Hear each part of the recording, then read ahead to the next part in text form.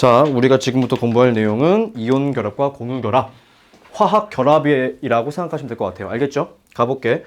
자, 우선 요것부터 이야기를 해야 돼. 결국에 우리가 지금부터 공부하고자 하는 내용은 화학적인 결합이라고 하는 거야. 아, 그렇구나. 그냥 결합하는 거야. 그러니까 어떠한 원소랑 원소가 달라붙는다라고 생각을 하시면 될 것 같아요. 알겠습니까? 그럼 곰곰이 한번 생각을 해보자. 아, 쌤이 방금 말씀하셨던 것처럼요.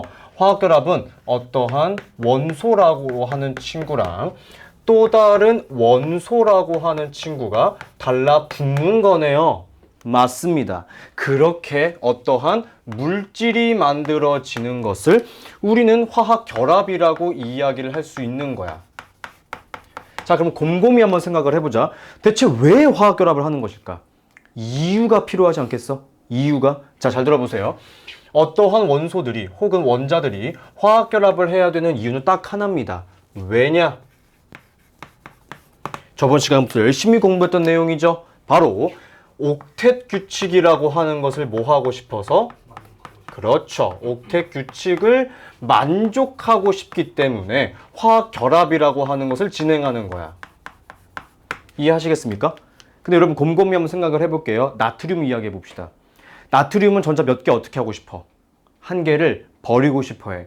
자, 그러면 진공 상태 나버릴 거야. 나트륨을 딱 둡니다. 그 친구 자기가 알아서 스스로 전자를 막 갖다 버릴 수 있다 없다? 없다. 그래서 원소랑 달라붙어야만 하는 거야. 혼자서는 옥텟 규칙을 만족할 수 있다 없다? 없다가 키포인트야. 자, 그러면 결국에 이 원소들은 옥텟 규칙을 만족하기 위해서 크게 두 가지의 선택을 하게 되죠. 방금 우리가 이야기했던 것처럼 나트륨과 같은 금속들은 전자 어떻게 하려고 하죠? 그렇죠. 전자를 버린다라고 하는 선택지가 하나가 있어요. 그죠? 그 다음 두 번째, 비금속 같은 경우들은요, 전자를 어떻게 하는 선택지도 존재합니까? 얻으려고도 하는 선택지가 따로 하나 존재하는 거예요. 그죠? 자, 그러면 이렇게만 놓고 보면 마치 양이온과 음이온이 생성되니까 이온 결합 하나만 있을 것 같지? 그렇지가 않아요. 옥텟 규칙을 만족하기 위해서 우리는 세 번째 선택지까지 공부를 하게 됩니다. 그것이 우리가 오늘 조금 이따가 공부하게 될 공유 결합이라고 하는 건데요. 부족한 전자들을 서로 공유하려고 하는 것도 하나의 만족하는 방법이다라고 생각하시면 되겠습니다. 이해됐나요? 됐죠? 자, 그 다음 중요한 것은 세 번째, 얘입니다. 여러분 혹시 18족 원소들 기억하십니까? 그쵸? 자, 헬륨, 네온, 아르곤 있어요. 옥텟 규칙 한번 그려보겠습니다. 헬륨 같은 경우는 원자학의 전하량 플러스 2일 거고 첫 번째 껍질에 몇 개? 2개 끝이고요. 그 다음 네온 같은 경우는 원자학의 전하량이 플러스 10일 거고 첫 번째 껍질에 몇 개? 2개. 두 번째 껍질에 8개가 들어갈 거야. 그 다음 아르곤 같은 경우는 원자학의 전하량 플러스 18일 거고 첫 번째 껍질에 몇 개? 두 번째 껍질에 세 번째 껍질에 8개가 들어갈 거야. 얘네들은 그러면 옥텟 규칙을 완벽하게 만족하고 있나요? 못하고 있나요? 하고 있어요. 그래서 옥텟 규칙을 만족하기 위해서 전자를 버리거나 얻거나 서로 공유하거나 하는 이런 선택을 하니 안 하니? 안 하죠. 그죠? 그래서 결국에 이러한 선택지를 하기 위해서는 혼자 가만히 있으면 된다 그래서 안 된다 그랬어? 안 된다 그랬어. 즉 다른 원소랑 결합이라고 하는 것을 해야 안 해? 안 해. 그 누구랑도 반응하지 않는 거지. 그치? 그래서 우리 얘네들 뭐라고 부릅니까? 비활성 기체라고 부르게 되는 거야. 그래서 이름이 비활성인 거야. 비활성 기체라고 부르는 거죠. 이해됩니까? 이해됐죠? 자, 그 다음은 내가 왼쪽에다가 다 쓰고 싶었는데 좀 아쉽게 돼버렸어. 오른쪽에다가 조금 더 써볼게요. 잘 들어보세요. 이 비활성 기체들 18족 원소들은요, 가장 중요한 거 딱 봐도 옥텟 규칙이 어때요? 너무 완벽하게 만족하고 있죠? 그렇죠? 첫 번째 특징이 바로 그겁니다. 너무 안정적인 무엇을 이루고 있어? 전자의 배치. 맞아요. 전자의 배치를 이루고 있습니다. 그죠? 그 다음 여러분 두 번째, 기체라고 했죠. 여러분 기체라고 하는 친구는 대부분 일반적으로 분자의 형태로 존재해요. 기억합니까? 그죠? 근데 여러분 애초에 분자라고 하는 친구는 원자랑 원자가 더해줘야 되는 거야. 근데 18쪽 원소는 원자랑 결합을 할 필요가 있어 없어? 없어요. 그래서 이런 특징을 가지고 있습니다. 원자 하나로 구성되어 있다. 1원자. 분자라고 이야기합니다. 여러분 저번 시간에 할로젠 같은 경우는 2원자 분자라고 했죠? 두 개씩 결합되어 있는 F2, Cl2 이런 식으로. 하지만 18쪽 원소, 헬륨, 네온, 아르곤 같은 경우는 원자가 하나 들어있다. 그래서 이런 단어도 쓰기도 합니다. 단원자라고도 이야기해요. 뭐 이런 표현은 좀 옛날 표현이긴 하지만 이렇게 존재합니다. 즉 He, Ne, Ar 이렇게 하나씩 존재하게 되는 것이 바로 비활성 기체 18쪽 원소들의 특징이다. 보셨으면 좋겠습니다. 알겠습니까? 좋아요. 자, 이렇게 공부를 하고 나면은 결국에 여러 원자들은 혹은 원소들은 옥텟 규칙을 만족하기 위해서 여러 원소들과 결합을 하는구나 라는 것을 알게 되었습니다. 그래 안 그래? 그래. 그래서 그 두 번째로 가장 먼저 이야기하고 싶은 것이 대표적인 화학결합의 종류 이온 결합으로 가보도록 하겠습니다. 자, 이온 결합에서요 학생들이 제일 많이 틀리는 것 중에 하나가 바로 요거야. 이온? 무슨 이온이랑 무슨 이온이 있습니까? 종류가 양이온과 음이온 두 개 있죠. 그러니까 보통 이렇게 생각을 합니다. 이온 결합. 그럼 결국에 양이온이랑 음이온이 서로 달라붙기만 하면 되는 거겠네. 이렇게 이야기를 하죠. 요거 맞는 말이야, 틀린 말이야? 엄밀히 따지면 틀린 말이라고 이야기했습니다. 그 이유가 뭐냐면요. 자, 여기다 더 쓸 수 있지만 큼직큼직하게 쓰기 위해서 그냥 끝까지 다 쓸게요. 알겠죠? 자, 그 이유가 뭐냐면은 대표적인 예시가 하나 중요하겠죠. 여러분들 저랑 같이 지금 중화반응까지 공부를 했기 때문에 그냥 써보도록 할게요. 대표적인 양이온, 수소이온 H+랑 그 다음 수산화이온이라고 하는 친구 OH-라고 하는 친구는요. 둘이 결합이 가능해요. 그죠? 그 결과 뭐가 생성됩니까? 물 분자 H2O가 생성되죠.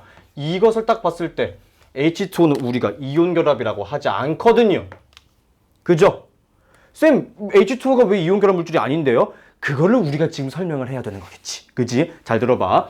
그래서 이온 결합이라고 하는 친구는요. 첫 번째, 정의부터 해야 될 것 같아. 정의. 가장 중요한 정의가 무엇이냐? 양이온이 여러분 대부분 다 누구로 구성되어 있어요? 금속이죠. 그래서 이온 결합은 금속과 누구의 결합입니까?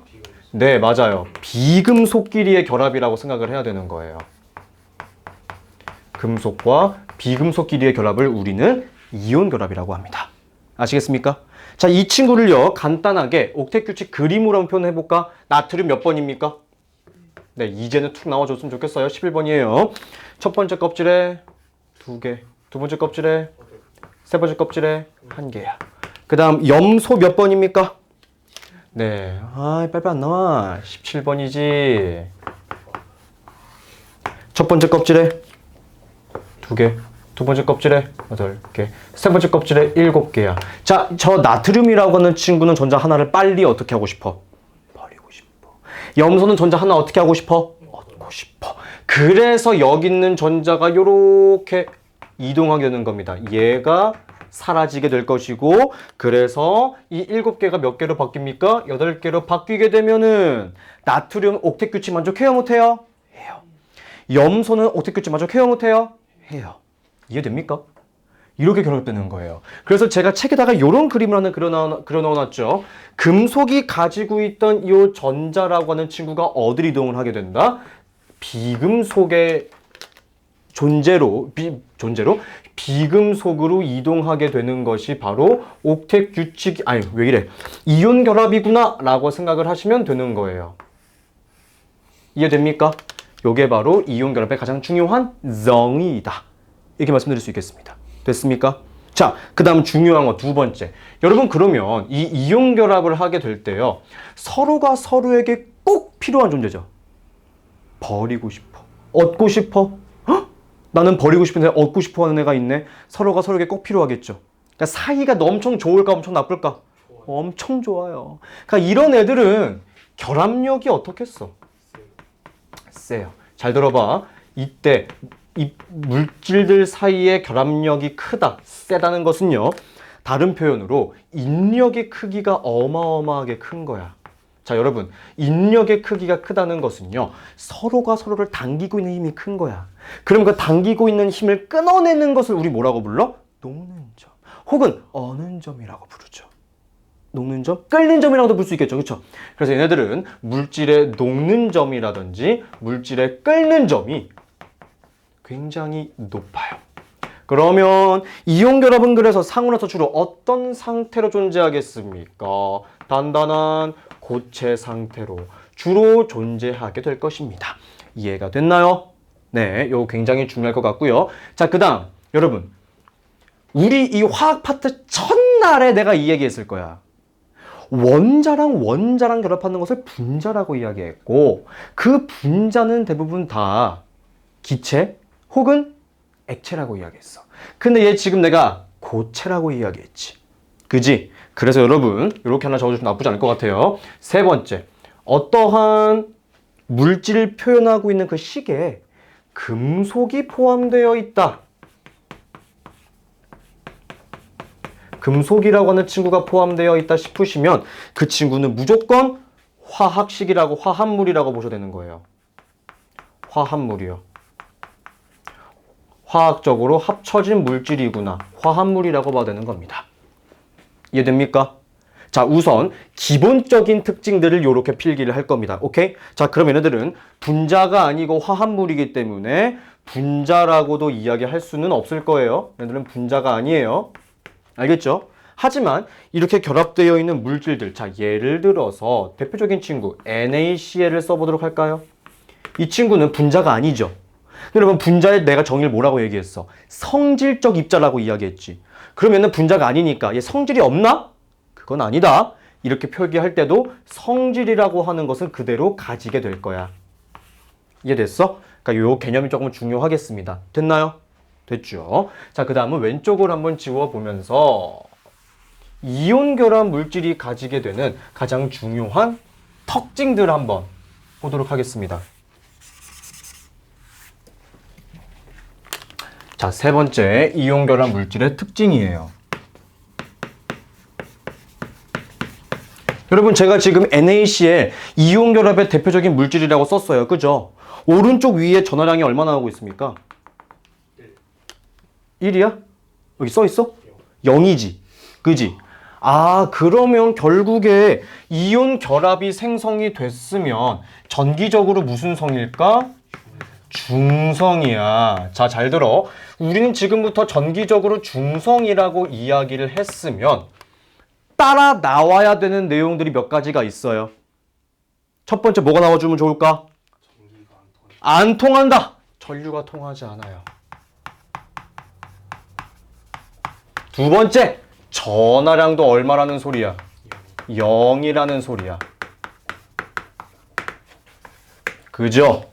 그래서 여러분, 이 내용이 정말로 중요합니다.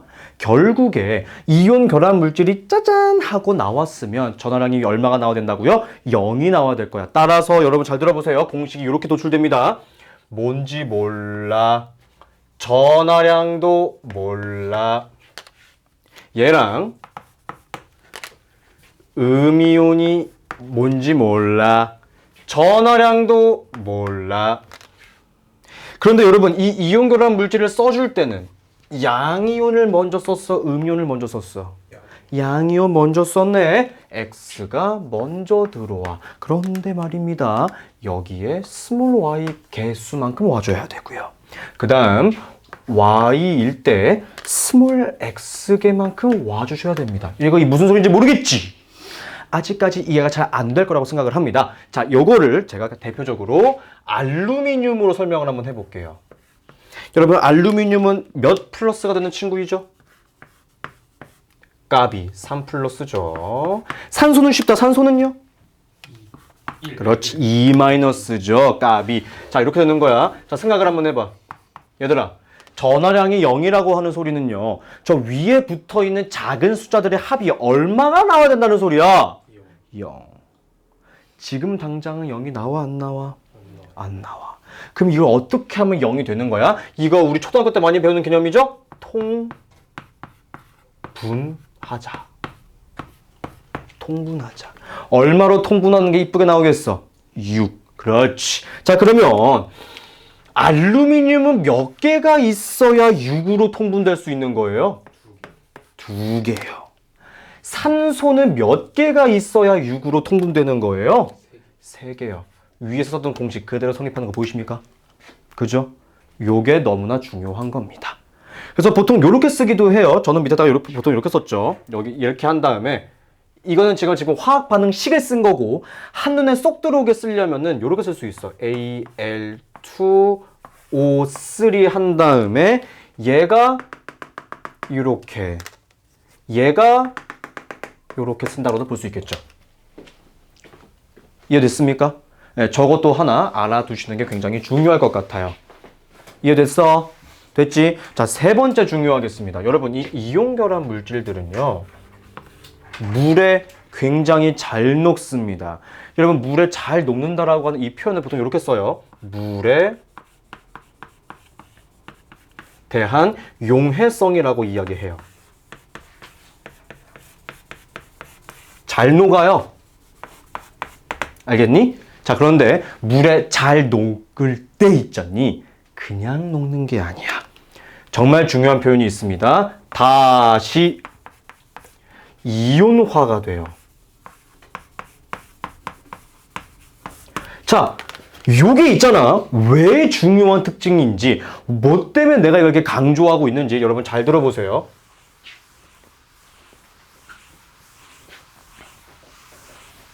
잘 봐. 너네 내가 예전에 한번 설명했을 거야. 여러분, 전류라고 하는 친구의 정의가 뭐니? 류가 무슨 류자야? 흐를 유자지. 전류라고 하는 것은요, 전하가 흐르게 되는 것, 이동하게 되는 것을 우리는 전하의 흐름이라고 이야기를 해. 알겠니? 생각을 한번 해보자. 이온 결합 같은 경우는요, 양이온과 음이온이 요렇게 서로 번갈아 가면서 존재하고 있습니다. 그리고 제가 방금 필기했죠. 이온 결합 물질은 단단한 무슨 상태? 고체라 그랬어요. 그럼 입자 사이의 거리가 어때요? 매우 좁고 가까워요. 그러면 오른쪽에다가 플러스 전기를 박아주고 왼쪽에다가 마이너스 전기를 박아주게 되었을 때 이 이온들이 움직이기가 쉽나요? 어렵나요? 어려워요. 그럼 고체인 상태에서 전류를 짱 주면은 애초에 전류가 안 흐른다고 했잖아. 전기적으로 중성이니까. 그죠? 그러니까 1번. 우선 단단한 고체일 때는 전류가 흐르지 않아? 흐르지 않아. 그 다음 두 번째. 여러분, 내가 필기를 좀 이상하게 했네요. 미안합니다. 다시 할게요. 다시 이온화가 된다는 소리는 뭘 의미하는 거냐면요, 물을 가득 담아 볼게요. 요렇게요. 여기다가 NaCl, 염화 나트륨을 떨어뜨리게 넣어주게 되면 어떻게 되는 것이냐? Na 플러스와 Cl 마이너스로 분리가 되는 거야. 이해돼? 자, 물속에 애들이 둥둥 떠 있는 겁니다. 입자 사이의 거리가 조금 멀겠죠. 이동이 자유로울까? 자유롭지 않을까? 자유로워. 그래서 두 번째. 물에 녹인 상태, 수용액에서는 전류가 굉장히 잘 흘러주게 되겠죠. 이해가 됩니까? 요런 내용이에요. 자, 그 다음 세 번째. 얘들아, 얘네 녹는 점이랑 끓는 점 굉장히 높다 그랬지. 근데 우리가 그 녹는 점까지 도달할 수가 없을까? 얘네 철 녹일 수 있어 없어? 녹일 수 있잖아. 그럼 뭐 얘네라고 못 녹이겠어? 녹일 수 있겠죠. 그죠? 그래서 세 번째는 자, 우선 필기만 할게요. 액체 상태를 억지로 만들어 볼 거야. 얘들아 생각해봐. 녹는 점이 뭐냐면요. 입자 사이거리가 가까웠던 걔네들의 이 결합을 끊어내는 거야. 그게 녹는 점이라고 하는 거거든. 즉 얘네들이 인력 있잖아요. 이 결합을 어떻게 하겠다고요? 우리가 지금 끊어낸 거예요. 그럼 생각해봐요. 이거 하나만 떼어내는 게 말이 됩니까? 다 쾅 깨부시는 거겠죠? 이게 쾅 하고 깨부셔지면 얘네들이 붙은 상태로 이렇게 이 두 개가 이렇게 떨어지겠니?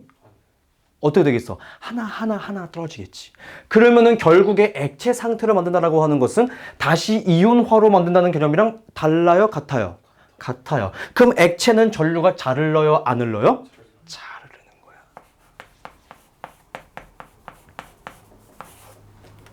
요런 거야, 요런 거. 이해됐습니까? 자, 그럼 여러분 요거 한번 이야기해 볼게요. 이건 어마어마하게 중요한 건 아닌데 내가 있잖아. 이 두 층 중에서 아래층에다가 쾅 하고 오한마로 그냥 깡 해봤어. 한 칸 밀리겠죠. 청력 작용하겠죠. 그러니까 힘을 탕 주게 되면 무슨 일이 발생하느냐? 쪼개집니다. 오케이? 쪼개지는 일이 발생해요. 혹은 깨짐이라고도 이야기하긴 하지만 힘을 가해주게 되면 부스러지거나 아스러지지는 않고요. 결정 모양이 조금 남아있는 상태에서 깨지거나 쪼개지는 일이 가능하다라는 겁니다. 아시겠습니까? 저거 하나 굉장히 중요할 것 같고. 자, 그 다음 시험 문제에서 정말 자주 나오는 그림이 하나가 있어. 혹은 그래프가 하나가 있어. 아시겠습니까? 여러분 잘 따라오셔야 돼요. 별로 어렵진 않습니다. X축에다가는요. 온도를 집어넣을 겁니다. 그다음 Y축이 조금 어려울 수 있어. Y축이 뭐냐면은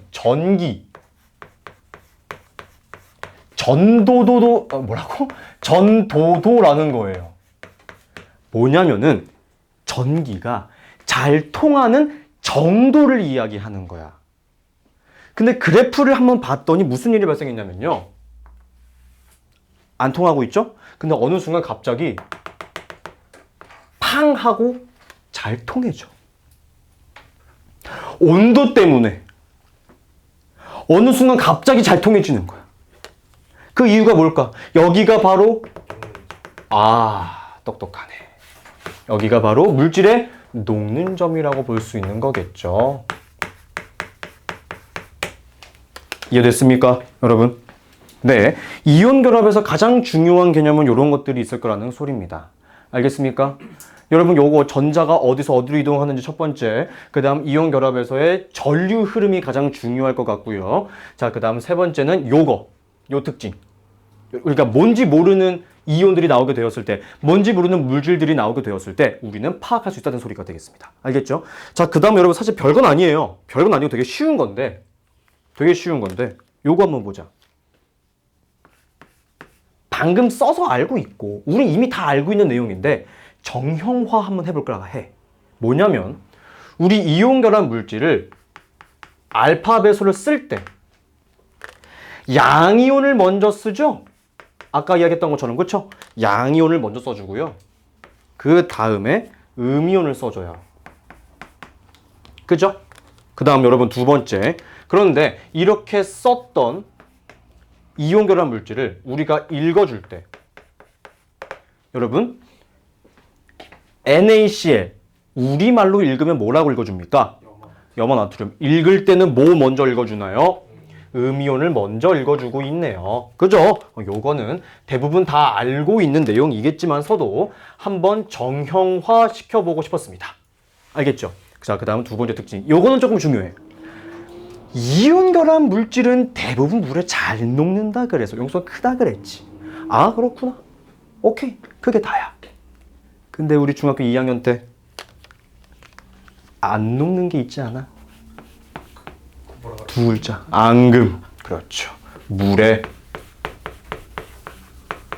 녹지 X. 앙금이라고 이야기합니다. 여러분 앙금이요. 대표적인 앙금, 흰색 앙금 누가 있어요? 염화은이라고 하는 친구 AgCl이죠. Ag 금속이고 Cl 비금속이네. 이거 이온 결합이거든. Ag 플러스랑 Cl- 결합하는 거잖아, 그지? 그러니까 저것도 하나의 이온 결합 물질이긴 합니다. 하지만 물에 녹아 안 녹아? 안 녹아. 그 다음 여러분 하나 더 꿀팁. 쌤 그러면은 앙금을 제외한 물에 잘 녹는 친구들은 우리가 뭐라고 부르나요? 아주 좋은 질문입니다. 염이라고 불러줘요. 염. 쌤 그래서 소금이 염화인가요? 아 그건 아니에요. 그건 아닌 거 다른 거야. 요거 하나 공부하셨으면 좋겠습니다. 됐죠? 그럼 충분히 암기하신 다음에 문제도만 풀어봅시다. 쌤, 잠깐만.